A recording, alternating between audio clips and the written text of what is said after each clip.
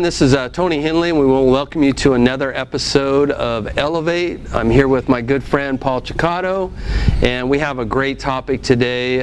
We're going to talk about vision. And every leader needs to have vision, don't they? That's exactly right. Vision is important. It's important for your personal life, for your family life. It's even important for your organization. And last episode we talked about values and how values help guide us. They help guide us through life. They help us guide us through decisions and what we're going to do. And this episode we're going to tie in how vision goes with values. Very good. And I'll start out here, and we'll get Pastor Paul in here because I know he has a lot of great things to say about vision. Values is what's important to you. They're non-negotiable. Yes. These are things that are going to they're important to me. They're things that are going to guide me. They're going to help guide my organization. And but every leader has to have a vision, don't they? That's exactly right. And that's what separates leaders, really, is if a leader has to have a vision for the future. That's right. Where's the organization going? Where's my family going? Where's my personal life going? And I want you to share a little bit about how, for instance, how you got vision for your church. Yes. And how that ties in with the values or the core values of the church. You know, the Lord years and years ago began to, when I really rededicated my life, actually, it was at the time I'd rededicated my life. This has been 20-something years ago now. And at the time, I was excited and on fire for the things of God. Okay. And so I understand this is more dealing with leadership, but this is how I begin to understand vision to begin with, is why. Yeah. And as a result, being that I was so excited and passionate about doing something, what I did is I started envisioning myself in positions that I'm like, that really interested me. Well, as a result, what it came of that was I began to capture glimpses of really what I was called to do specifically. And what it did is it developed into something that was very powerful. And of course, I had to add values to that, so that way I didn't deviate from that.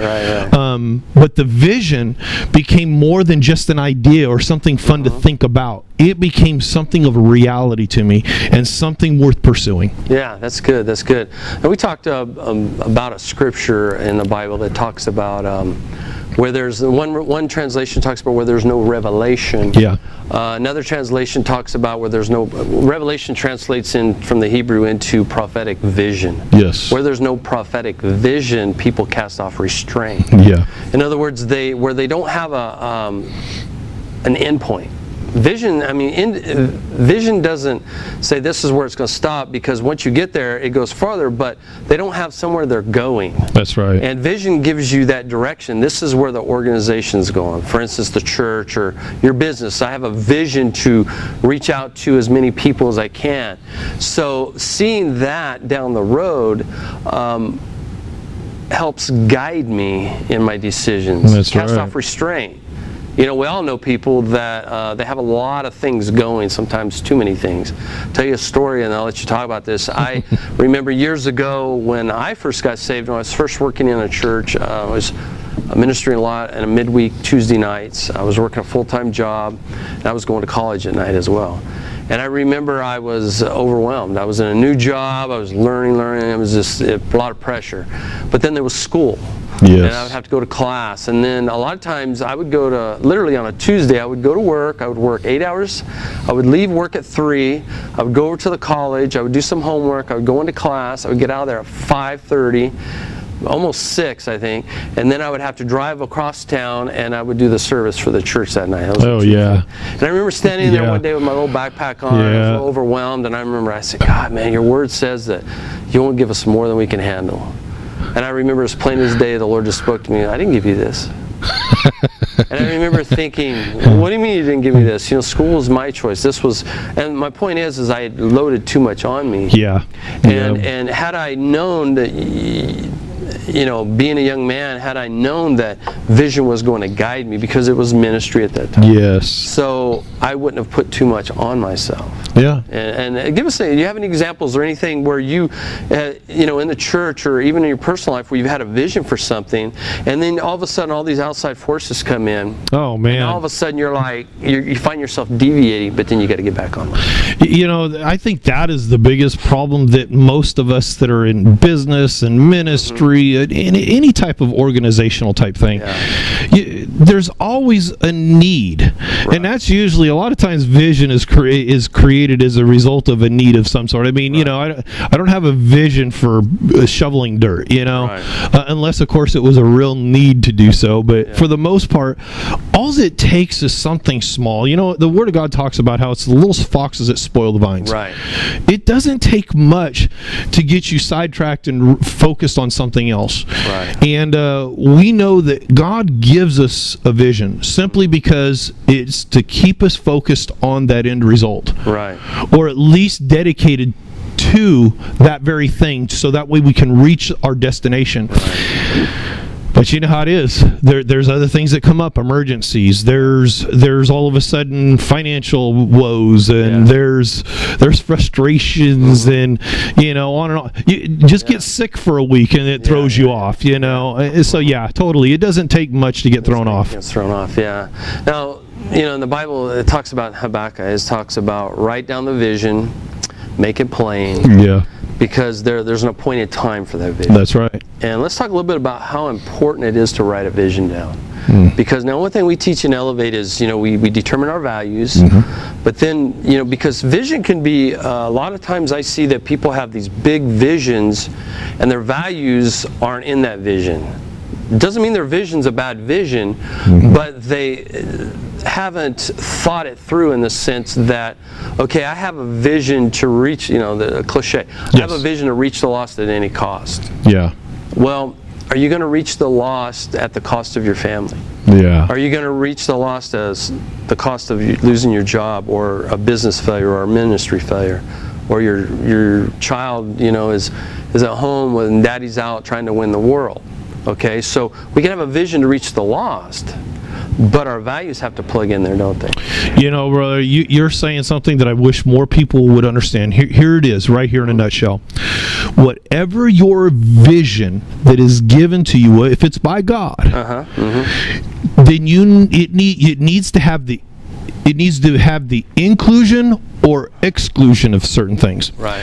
It needs to always include your priorities. Yes. If it does not include your priorities, then it's excluding your priorities. And here's the thing, like you say, if my vision, I only see me getting there, but I'm leaving my family in the dust, then it's probably not a godly vision, or I haven't accepted the vision the way God intended it to be given to me. Yeah, that's a good point. And so I need to readjust, make sure that vision has definitely my family included in that, because they are priority. Yeah, that's good. And again, it says to write down the vision. And Elevate, we want people to write down, okay, what is the vision? That's right. How important is that? Man, writing it down is important, because if you don't really know where you're going, then you're looking at a map with no how can I say it? No lines. Yeah, with no lines. Yeah, and I'm a guy that needs lines. Yeah. I need lines. There's no destination. That's your destination. Because of outside influences, because of we live in an information age. Yeah. And if we're not careful, and the other thing is we're many of us, many people are driven by emotions a lot of times. Yeah. I remember in Bible college sitting in a chapel service, and the president of our Bible college he was from India.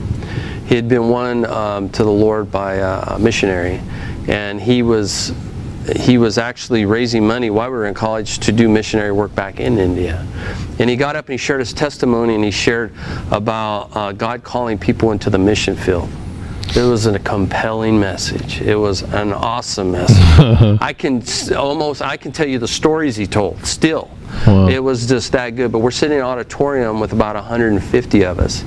And when he gave the call for, I believe that many of you out here are called into the mission field, I'd say 75% of them went to the altar.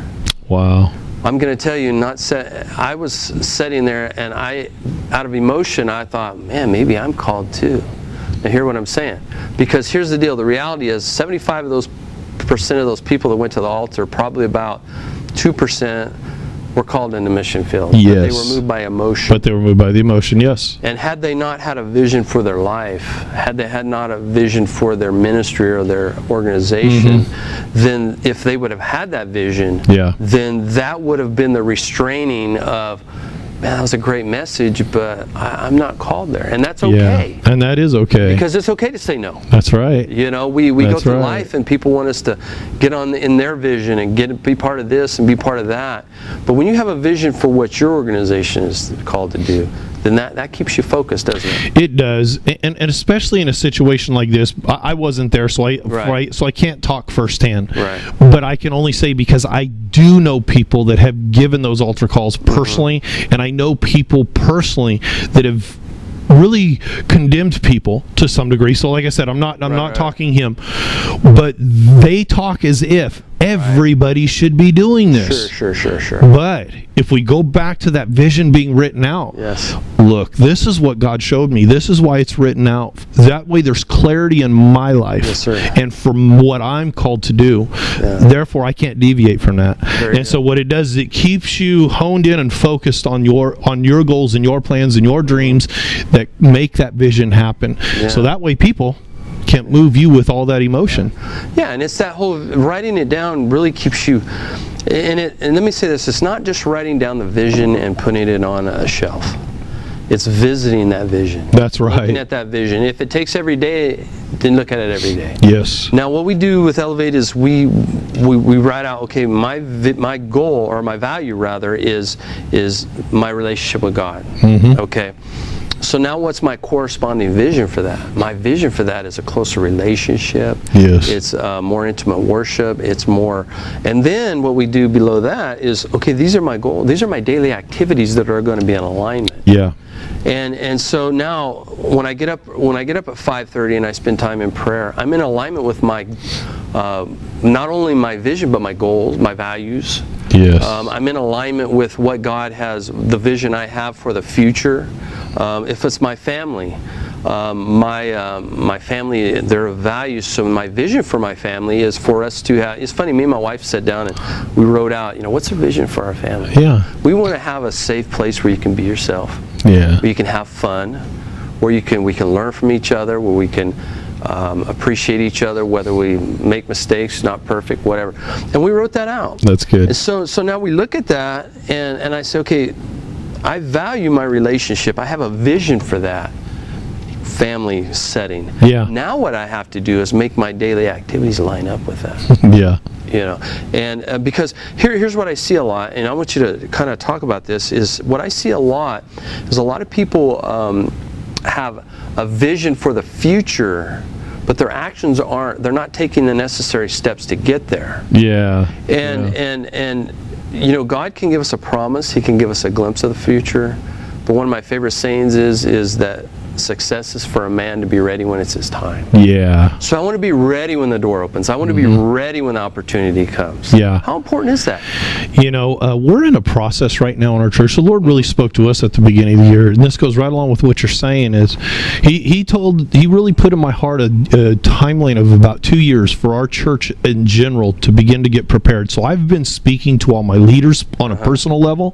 I've been really pushing this vision with the church and really beginning to promote some things, and even in my private time doing some things that specifically help me get there. But here's the thing. The Lord told me something. He says, Paul, if you don't move, he says, when I show up at the end of that 2 years and that opportunity, that door is wide open, will you be ready? Right. And I said, and you have to really make a conscious decision, because there's going to be a lot of other outside influences and other things that you're going to have to, things that you may have to concern yourself with, whether you like it or not, to some degree. But don't lose focus on that vision. I watch a show on TV, and one of the things that this individual who does really high-end business, worth billions, hundreds of millions up to billions worth of dollars that flow through her her ability. But one of the things that she said to one of the individuals who was on the show, she said, look, I've looked at you and you're not hyper-focused. Yeah. And I like that word, because I'm like, the truth is in order to accomplish anything, it's almost got to be, it's got to be something that is constantly in view, almost day and night. You almost eat it, sleep it, and drink it. And if you aren't doing the right things to get there, then you're not focused enough to probably reach your destination. Right. And I like that destination. When I was in Bible college, a guy, he had we talk about destiny a lot. We all talk about destiny. Destiny it's a predetermined outcome. Yeah. It's predetermined where you're going to end up. Yes. And I don't think our lives are like that, because I think destination is a better word for that, because we have vision, but now we're going towards that. Right. So if that means I have to give more information, if I have to learn, here's what I find is when God gives you a vision, really the preparation is God is preparing you for that. Yeah, that's right. Isn't he? Well, he sure is. I mean, he's taking us through some stuff. He's toughening us up sometimes. Yeah. He's giving us information. He's putting right connections in our life. That's right. Networking. You talked about focus, and we'll have to do an episode on focus. That's right. That's an important thing, isn't it? It's very important, especially when it comes to vision. It is, because part of that scripture in Habakkuk, it says it is for but an appointed time. That's right. That means that whatever God begins to share with you, teach you, give to you the tools, the necessary understanding and knowledge that you might need in order to grow in that. So that way, when that day shows up, you have all the necessary skills available. And even then, it's still going to be hard. Yeah. But if you didn't have none of those, forget it. When that appointed time comes, you're going to miss out big time. Exactly. And that's the thing is and that's one of the reasons we do these Elevate videos is we want to give you skills. We want to give you some. It's like a tool. It's like a toolbox. We want to give you some tools you can put in there so you can prepare for things. And our action plan this week is what we would like you to do is, we talked about values on our last episode. Hopefully you went home and you wrote down, what are your values, what's important to you. This time what we want you to do is we want you to go home and sit down and say, what's my vision for my life? What is the vision? Now that might be getting alone, getting quiet with God, and don't exclude your spouse or your children. Yes. Sit down and talk to them and say, this is what I really feel God's vision is for our family, because it's a journey together, isn't it? You really quickly, because what you're saying is so important. When I begin to share this with the church, what I was telling you as far as this 2-year preparation, one of the things that I did specifically before I ever sat down with the church is I sat down with my family and I said, family, this is what God's been speaking to me. And I asked them, what do you think, one? And number 2, this is what I believe God is showing me. Okay. And those 2 things opened up a world of questions, and most of all, it brought peace within the family for one reason. Right.